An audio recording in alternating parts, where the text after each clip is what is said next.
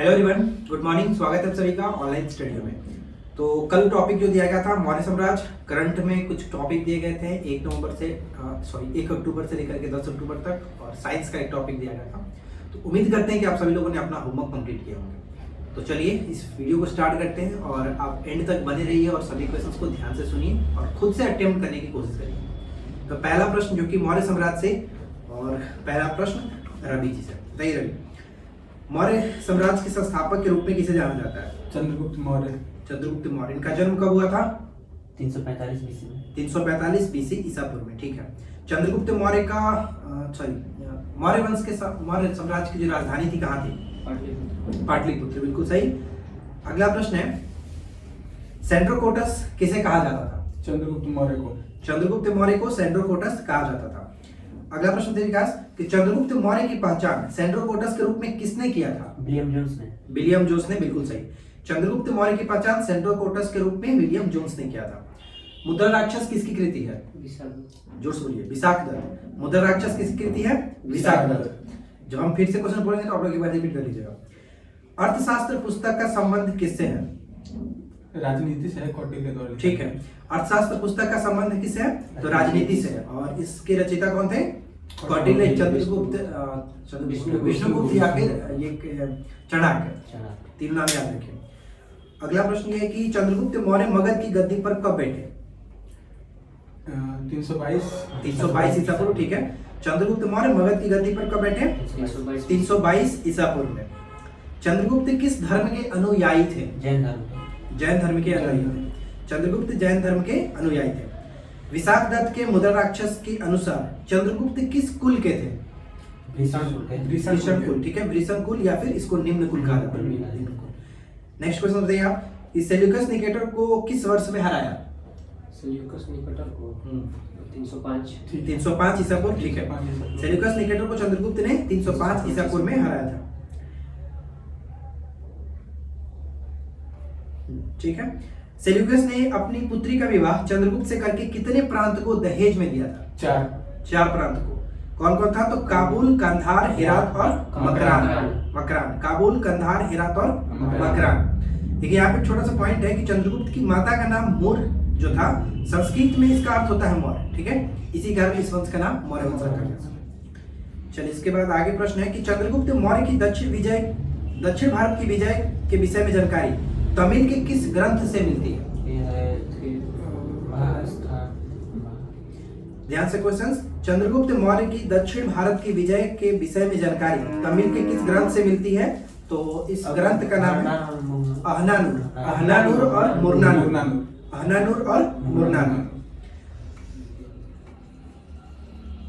अगला प्रश्न की बंगाल पर चंद्रगुप्त की विजय किस अभिलेख में प्रकट होता है? महास्थान अभिलेख। ठीक है। महास्थान अभिलेख। बंगाल पर चंद्रगुप्त के विजय किस अभिलेख में प्रकट होता है? तो महास्थान अभिलेख में। किसकी तुलना मैकियावेली के प्रिंस से की जाती है?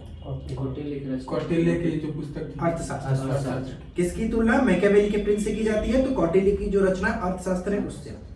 चंद्रगुप्त ने जैन धर्म की दीक्षा किससे ली थी? भद्रबाहु से। चंद्रगुप्त ने जैन धर्म की दीक्षा भद्रबाहु से ली थी। जैन लेखों के अनुसार चंद्रगुप्त मौर्य के शासन काल के अंत में मगध में कितने वर्षों का भीषण अकाल पड़ा था? 12 वर्षों का। ठीक है। जैन लेखों के अनुसार चंद्रगुप्त मौर्य के शासन काल के अंत समय में मगध पर 12 वर्षों तक भीषण अकाल पड़ा था। मेगास्थनीज किसका राजदूत था? सेल्यूकस निकेटर का, जिसको हराया था किसने वर्ष में? चंद्रगुप्त मौर्य 305 ईसा पूर्व में। और हराने के बाद इसने अपनी पुत्री का विवाह किया था। दहेज में कितने? 4 प्रांतों को दिया था। चलिए मेगास्थनीज की पुस्तक का नाम इंडिका। और इंडिका में किसका वर्णन है? शासन व्यवस्था का है। पाटलिपुत्र के प्रशासन का वर्णन है किया गया। अगला प्रश्न की चंद्रगुप्त की मृत्यु कब हुई थी? ये 298 बीसी में स्वयं बेलगोला में। ठीक है। चंद्रगुप्त की मृत्यु 298 ईसा पूर्व में कर्नाटक के श्रवण बेलगोला में उपवास चंद्रगिरी पर्वत पर। अगला प्रश्न की मौर्य साम्राज्य के प्रचलित मुद्रा का नाम क्या था? पर्ण। ठीक है। मौर्य साम्राज्य में प्रचलित मुद्रा पर्ण कहलाती थी। मालवा, गुजरात और महाराष्ट्र को पहली बार किसने जीता? चंद्रगुप्त मौर्य ने। बिल्कुल सही है, चंद्रगुप्त मौर्य ने। चलिए इसके बाद अगला बताइए कि अमित्र घात के नाम से किसे जाना जाता था? बिंदुसार। बिंदुसार कौन से संप्रदाय का अनुयायी था ये? आजीवक संप्रदाय। अजीवक संप्रदाय का अनुयायी था। और अमित्र घात का अर्थ क्या होता है? शत्रुओं का विनाशक। शत्रु विनाशक, ठीक है।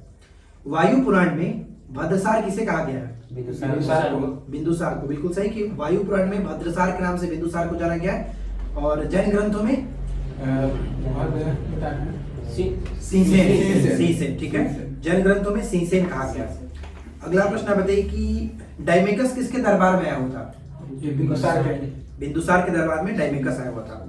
तक्षशिला किन नदियों के बीच स्थित था, किनारे स्थित था? सिंधु और झेलम। सिंधु और झेलम के बीच स्थित था तक्षशिला। बिंदुसार नाम किसने दिया था? बिंदुसार है इसकी माता ने। चाणक्य। बिंदुसार नाम किसने दिया था? चाणक्य।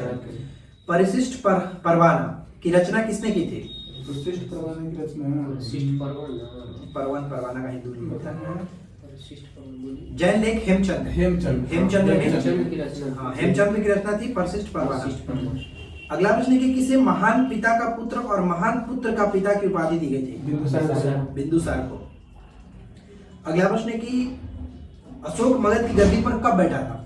ये बैठा था 273 कहीं 273 देता है, कहीं 269 देता है। 269 साल का गैप है। मगध की गद्दी पर कब बैठा? 269 बीसी, बिल्कुल सही है।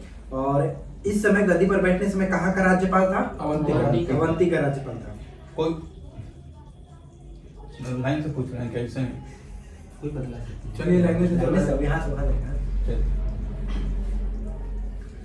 अशोक का नाम अशोक किस अभिलेख में मिलता है? मॉस्की और गुर्जर अभिलेख में। मॉस्की और गुर्जर अभिलेख में।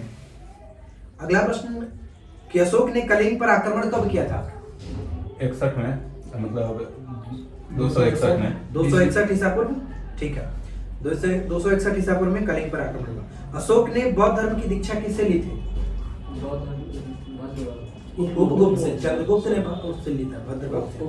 उपगुप्त यहाँ पे सही होगा। अशोक ने बौद्ध धर्म की दीक्षा उपगुप्त से ली थी। सम्राट अशोक का इतिहास जानने का स्रोत क्या है? और उसके शिलालेख। उसके अभिलेख, ठीक है। अशोक के अधिकांशतः अभिलेख किस भाषा में लिखा है? ब्राह्मणी। प्राकृत और ब्राह्मी लिपि में। प्राकृत और ब्राह्मी लिपि में, ठीक है। किस अभिलेख में पशु बलि को निषेध बताया गया? प्रथम, ठीक है, प्रथम। संगम राज्यों की जानकारी मिलती है किस अभिलेख में, या फिर दक्षिण राज्यों का उल्लेख कहा जा सकता है? किस अभिलेख में? किस अभिलेख? शिलालेख में। दूसरे शिलालेख में संगम राज्यों की जानकारी मिलती है दूसरे शिलालेख में। अशोक के दरबार में डायनिसियस नामक राजदूत को किसने भेजा था? डायनोसिस को ही भेजा था फिलाडेल्फस, ठीक है, फिलाडेल्फस। और डायमेकस जो था बिंदुसार के दरबार में, और डायनेसियस जो था इसके दरबार, अशोक के दरबार में। अशोक ने राज्याभिषेक के कितने वर्षों के पश्चात लुम्बिनी की यात्रा की थी? लुम्बिनी की, अच्छा लुम्बिनी किया था 20वें वर्ष, ठीक है, 10वें वर्ष में गाया किया था, ठीक है। चलिए इसके बाद अगला है कि अशोक ने किसके लिए बराबर की पहाड़ियों में 4 गुफाओं का निर्माण कराया था? जैन आजीविकों के लिए। आजीविकों के लिए, ठीक है। 7वें स्तंभ लेख में आजीविकों के बारे में उल्लेख मिलता है। 7वें तीर्थ यात्रा है 7वां स्तंभ। भारत में शिलालेख का चलन सर्वप्रथम किसने किया? अशोक, बिल्कुल सही है। भारत में सर्वप्रथम शिलालेख का प्रचलन अशोक ने किया था। अशोक के शिलालेख की खोज किसने की थी? पैडेट्री पैंथुलम, 1750 में, ठीक है। पैडेट्री पैंथुलम 1750 में। और हम बताएं ना। अब बताइए अशोक के अभिलेख पढ़ने का सबसे पहला श्रेय किसे दिया था? जेम्स प्रिंसेप कब? 1837 में, ठीक है। आत्मनियंत्रण का शिक्षा किसको दिया गया? सॉरी, आत्मनियंत्रण की शिक्षा जो है वो किस अभिलेख में, शिलालेख में मिलता है? आत्मनियंत्रण ले लीजिए आप 6 में, ठीक है, 6ठे क्लास में, 6ठा शिलालेख। धर्म का व्याख्या? धाम की व्याख्या 11 में। धाम की व्याख्या 11वां शिलालेख। अशोक के तीर्थ यात्राओं का उल्लेख किस में मिलता है? 7वां और 8वां में, ठीक है। अशोक के तीर्थ यात्राओं का उल्लेख 7वें और 8वें में। सबसे लंबा अभिलेख कौन सा है? सातवां सातवां शिलालेख जो सबसे लंबा है। सबसे छोटा कौन सा है? ये है रोमनदाई रुक्मिणी, ठीक है। से संबंधित है। और इसी में लुम्बिनी में धम यात्रा के दौरान अशोक के द्वारा पूरा दर को घटाने का चर्चा मिलता वही है। कौन सा चर्चा की? रानी का अभिलेख किसको कहा जाता है? रोमनदाई को। कौशाम्बी अभिलेख को रानी का अभिलेख कहा जाता है। इसी तो यहाँ पे हम लोग का मौर्य साम्राज्य कंप्लीट हुआ और उम्मीद करते हैं कि आप लोगों ने क्वेश्चन अच्छे से अटेम्प्ट किया होगा। चलिए अब हम बात करते हैं स्पीडी करंट अफेयर्स, जो कि 1 अक्टूबर से 10 अक्टूबर। और क्या है सब लोग? सबका चलिए तो बताइए था। डेट का क्या है? पहला प्रश्न, किस राज्य सरकार ने आसारा पेंशन योजना शुरू किया है? तेलंगाना। तेलंगाना, बिल्कुल सही है। आसारा पेंशन योजना तेलंगाना सरकार ने। 1 अक्टूबर 2022 को राष्ट्रीय खेलों में भवानी देवी ने कौन सा पदक जीता है? स्वर्ण पदक। ठीक है, स्वर्ण पदक। फेंसर है। अगला प्रश्न है कि भारत ने कहा G20 शेरपा की तीसरी बैठक में भाग लिया? बाली, इंडोनेशिया। इंडोनेशिया में। और 2023 में कहां पर होने वाला है? भारत। भारत में। 2 अक्टूबर 2022 को कौन सा दिवस मनाया गया? अहिंसा दिवस। अंतर्राष्ट्रीय अहिंसा दिवस। नेक्स्ट क्वेश्चन की 400 T20 मैच खेलने वाले पहले भारतीय खिलाड़ी कौन बने हैं? रोहित शर्मा। रोहित शर्मा, बिल्कुल सही। अगला प्रश्न की सावेंतो पैबो को 2022 का चिकित्सा का नोबेल पुरस्कार मिला, वो किस देश से है? स्वीडन। स्वीडन, ठीक है, स्वीडन। चलिए आप बताइए विकास, वहां पे इंटरनेशनल एरोनॉटिकल फेडरेशन के नए उपाध्यक्ष किसे चुना गया है? इंटरनेशनल एस्ट्रोनॉटिकल फेडरेशन के नए उपाध्यक्ष पास। अनिल अनिल कुमार। कुमार। अनिल कुमार, ठीक है। चलिए आप बताइए फिर से कि स्वच्छ सर्वेक्षण 2022 में देश का सबसे स्वच्छ राज्य किसे घोषित किया गया? मध्य प्रदेश। मध्य प्रदेश। राज्य में शहर में भी पूछा जाए तो मध्य प्रदेश का इंदौर, जो कि लगातार छठवें बार। किस राज्य के उप मुख्यमंत्री ने वंदे भारत पहल की शुरुआत की है? महाराष्ट्र ने। अगला प्रश्न ये है कि भारत निर्वाचन आयोग ने किसे अपना नेशनल आइकन घोषित किया है? पंकज त्रिपाठी। कालीन भैया को, ठीक है। अगला प्रश्न कि 32वें बिहारी पुरस्कार किसे नियुक्त किया गया? छीना गया, सम्मानित किया गया माधववाड़ा। और 31वां मधु कांकरिया। अगला प्रश्न कि किसकी पुस्तक जीते जी इलाहाबाद को वैली ऑफ वर्ड्स पुरस्कार मिला है? ममता कालिया। 2017 में इनको व्यास सम्मान मिला था। अगला प्रश्न ये बताइए कि 2022 का भौतिकी का नोबेल पुरस्कार किसे दिया गया? एलेन, क्लाउजर और जिलिंगर। ठीक है, एक्सपेक्ट, गिलिंजर और क्लाउजर, ठीक है, जल्दी। चलिए अगला प्रश्न है कि 5 अक्टूबर 2022 की सूचना अनुसार फैजाबाद कैंट का नाम बदल करके क्या रखने की घोषणा की गई है? अयोध्या कैंट। संयुक्त राष्ट्र शरणार्थी पुरस्कार किसने जीता है? Angela Merkel. पहले जर्मनी के चांसलर अभी कौन है चांसलर? कौन हमको याद तो ओलाफ नहीं सोल। है। Olaf Scholz. अच्छा, ओलाफ सोल। चलिए अगला है 5 अक्टूबर 2022 को किस कंपनी द्वारा ऑप्टिमस प्रोटोटाइप ह्यूमनॉइड रोबोट को लॉन्च किया गया? टेस्ला। ठीक है, टेस्ला, ठीक है। Optimus prime. अगला प्रश्न है कि इंटरनेशनल हॉकी फेडरेशन ने किसे सर्वश्रेष्ठ पुरुष गोल्फर चुना है? गोलकीपर ना? गोलकीपर, हाँ गोलकीपर चुना है पीआर श्रीजेश पीआर और सविता श्रीजेश। और पुनिया। महिला में सविता पुनिया। किसने अल्ट्रामैन इंडिया का खिताब जीता है? अल्ट्रामैन ये कर्नल स्वरूप सिंह। स्वरूप सिंह। किस राज्य सरकार ने औद्योगिक पार्क नीति बनाने का निर्देश दिया है? ये हो गया झारखंड। किसने देवेंद्र लाल मेमोरियल मेडल 2022 का पुरस्कार जीता है? देवेंद्र लाल मेमोरियल मेडल 2022 का पुरस्कार पास। जीता है।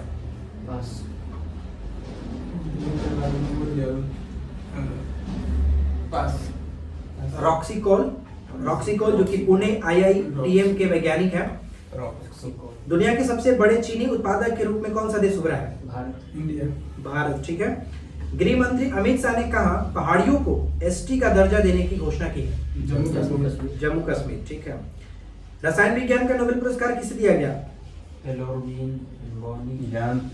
मेंडल, बैरी, बार्टोजी और शार्पलेस। ठीक है। कैरोलिन बार्टोजी, बैरी शार्पलेस और मार्टिन मेंडल। अगला प्रश्न, 7 अक्टूबर 2022 को किसने क्रू 5 मिशन लॉन्च किया है? स्पेसएक्स। स्पेसएक्स, ठीक है, स्पेसएक्स ने। राष्ट्रीय खेल 2022 में अमित पंघाल ने कौन सा पदक जीता? स्वर्ण पदक। साहित्य का नोबेल पुरस्कार किसे दिया गया? एनी एनॉक्स कहाँ के हैं? फ्रांसीसी। सूचना अनुसार 2022 का शस्त्र रामानुजन पुरस्कार किसे मिला? ठीक है, यूकिंग तांग। विश्व प्रवासी पक्षी दिवस 8 अक्टूबर, 2 बार साल में 2 बार मनाया था, 14 मई को मनाया गया और यहाँ पे 8 अक्टूबर को। अगला प्रश्न है कि भारत और किस देश के बीच व्हाइट शिपिंग इंफॉर्मेशन एक्सचेंज समझौता हुआ है? न्यूजीलैंड। ठीक है, न्यूजीलैंड, बिल्कुल सही है। 8 अक्टूबर 2022 को आई रिपोर्ट के अनुसार बाल विवाह के मामले में सबसे खराब स्थिति किस राज्य की है? झारखंड में।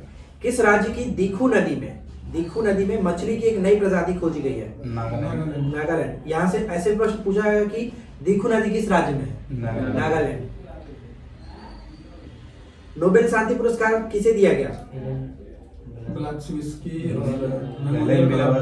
एगो मेमोरियल है, ट्रस्ट मेमोरियल, और एगो लिबर्टी है, सेंटर फॉर लिबर्टी। मतलब एक व्यक्ति है और 2 संस्था को दिया गया। अगला प्रश्न कि किसे समाज सेवा के लिए सेवा रत्न पुरस्कार से सम्मानित किया गया? रतन टाटा को। और असम ने कौन सा सम्मान दिया था? असम बैक। अगला प्रश्न कि 9 अक्टूबर 2022 को G20 संसदों के अध्यक्षों के 8वें शिखर सम्मेलन का आयोजन कहाँ हुआ? जकार्ता में। जौहर कप 2022 का आयोजन किया गया, कहाँ किया गया? सऊदी अरब, मलेशिया में। गृह मंत्री अमित शाह ने कहा लौह पुरुष सरदार पटेल की प्रतिमा का अनावरण किया है? एक यह है गंगटोक में। विश्व की सबसे ऊंची 351 फीट शिव प्रतिमा राजस्थान के किस शहर में स्थापित की गई? नाथद्वार में। बिलियर्ड्स में 25वां विश्व खिताब किसने जीता? बिलियर्ड्स का नाम आया तो बस बिना सोचे समझे टिके कर पंकज अडवाणी। प्रश्न कि किस राज्य का मोढेरा भारत का 24/7 सौर ऊर्जा संचालित गांव घोषित किया गया? गुजरात। मोढेरा का सूर्य मंदिर भी गुजरात में आपसे पूछा जाता है। चलिए लास्ट क्वेश्चन कि किस राज्य सरकार ने हिमकैट नाम की एक नई योजना शुरू की है? हिमाचल प्रदेश। हिमकैट नाम की एक नई योजना शुरू की है हिमाचल प्रदेश। तो यहाँ पे आपका 1 अक्टूबर से 10 अक्टूबर करंट अफेयर्स हमने कंप्लीट किया। अब बारी है साइंस की। चलिए साइंस को जल्दी से हम लोग देख लेते हैं। पहला प्रश्न बताइए, किसे वर्गीकी का जनक कहा जाता है? Linnaeus. Father of taxonomy Linnaeus. Systema Naturae पुस्तक किसने लिखी है? लिनियस ने। वर्गीकरण की सबसे छोटी इकाई कौन सी होती है? जाति। आलू किस कुल से संबंधित है? आलू जो है सोलेडेसी कुल से संबंधित है। कपास का संबंध किस कुल से है? मालवेसी कुल से। मालवेसी के अंतर्गत और कौन कौन सी चीज आता है? भिंडी, गुड़हल, कपास, ये तीनों इस मालवेसी के अंतर्गत आता है। बैंगन किस कुल के अंतर्गत? सोलेनेसी। और अगला प्रश्न कि आम का वानस्पतिक नाम, साइंटिफिक नेम? Mangifera indica. और पाओ क्रिस्टेसस किसका है? मोर का। अनाज वाले पौधे किस कुल से संबंधित है? ग्रेमिनी कुल के संबंधित है। गेहूं के पौधे का वानस्पतिक नाम क्या है? Triticum aestivum. दलहनी पौधे का संबंध किस कुल से है? लेगुमिनेसी कुल के अंतर्गत दलहनी पौधे को रखा जाता है। सबसे बड़ा कुल? कंपोजिटी। सबसे बड़ा कुल कंपोजिटी। मूंगफली का वानस्पतिक नाम? एराइकिस हाइपोजिया। चाय के पौधे का वानस्पतिक नाम?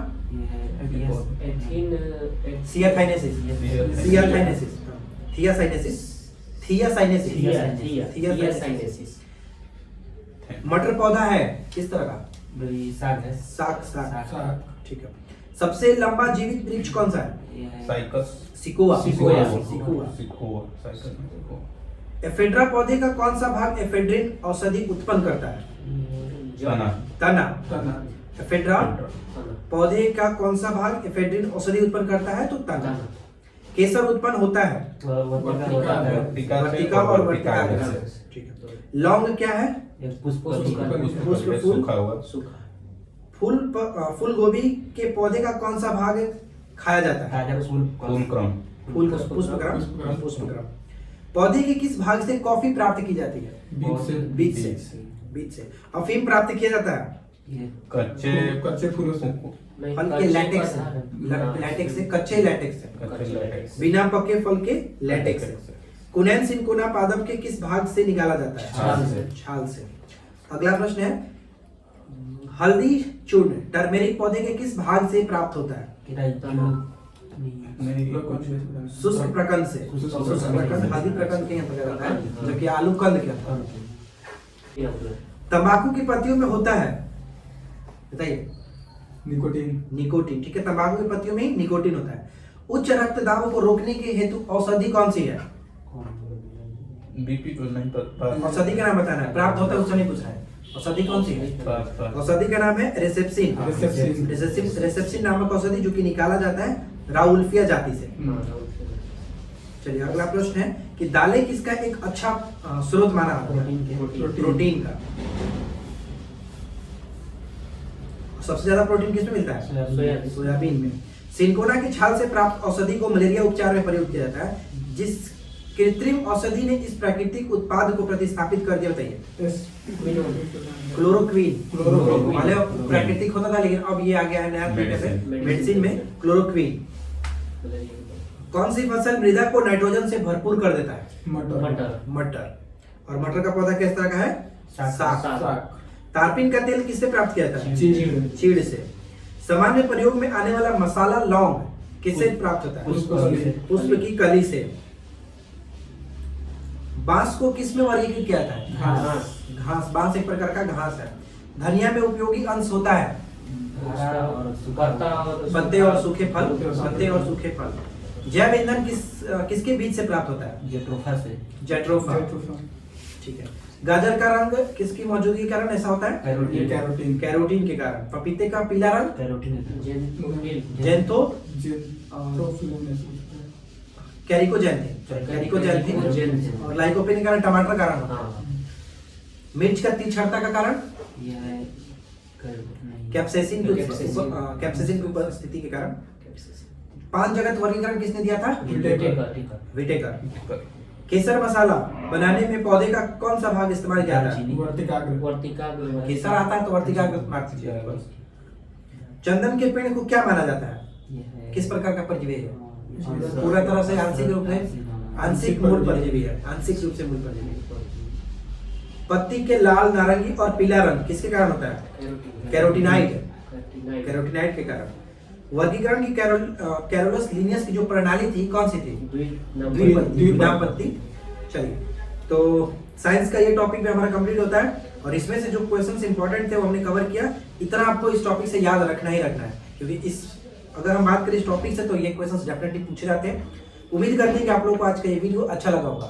और रही बात, कल आपका क्लास ऑफ रहेगा, तो मिलते हैं आपको नेक्स्ट डेज। इसके बाद कि हम लोग 9 तारीख को, तब तक आप लोग अपना होमवर्क कंप्लीट करते रहिए और जो पीछे पढ़ाएगा उसको रिवीजन करते रहिए। मिलते हैं नेक्स्ट क्लास में। Thanks for watching.